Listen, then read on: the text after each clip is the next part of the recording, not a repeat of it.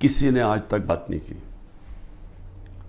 اور میں یہ خاص طور پہ اپنی آج قوم کو بتانا چاہتا ہوں کہ کیوں میں آپ کو کہتا ہوں حقیقی آزادی کی یہ جہاد ہے، یہ پولیٹکس نہیں ہے، یہ جہاد ہے۔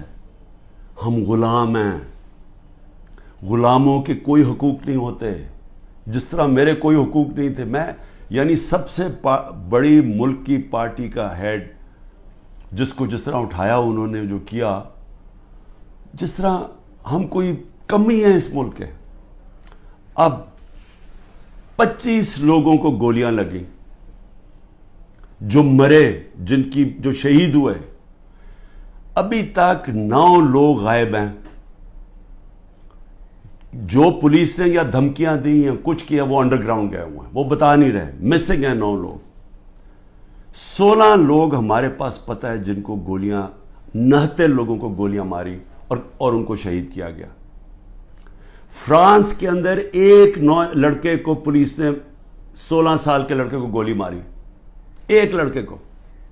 ابھی تک فرانس جل رہا ہے، 1000 سے زیادہ بلڈنگز جل گئی ہیں، گاڑیاں جل گئی ہیں، مشکل نیشنل کرائسس آ گیا ہے۔ معافی مانگ رہی ہے پولیس کہ جی بڑی غلطی ہوگی، اس کے خلاف ایکشن لیا جائے گا۔ آزاد لوگ ہیں، آزاد لوگوں کے حقوق ہوتے ہیں۔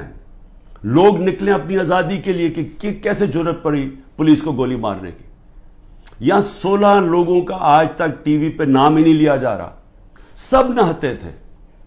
ابھی مجھے ملنے آئے ان کے 2 بچے، ایک چھوٹے بچے جس کے باپ کو گولی مار دی، وہ دبئی سے کام کر رہے، وہ ایسی مظاہرے کے اندر کھڑا ہوا تھا، گولی چلا دی وہاں۔ میں سمجھتا تھا 2 لوگوں کی ٹانگیں ضائع ہوئی ہیں، 3 لوگوں کی ٹانگیں ضائع ہوئی ہیں، ایک پیرالائز ہوا ہے جس کی کمر میں گولی لگی ہے۔ کوئی انکوائری ہوئی ہے؟ کیا یہ انسان تھے نا، یہ پاکستانی ہے؟ کسی نے پوچھا کہ ان کے گھر میں کیا گزر رہی ہے؟ یہ عام لوگ تھے، ان کے بیوی بچے تھے، ماں باپ تھے۔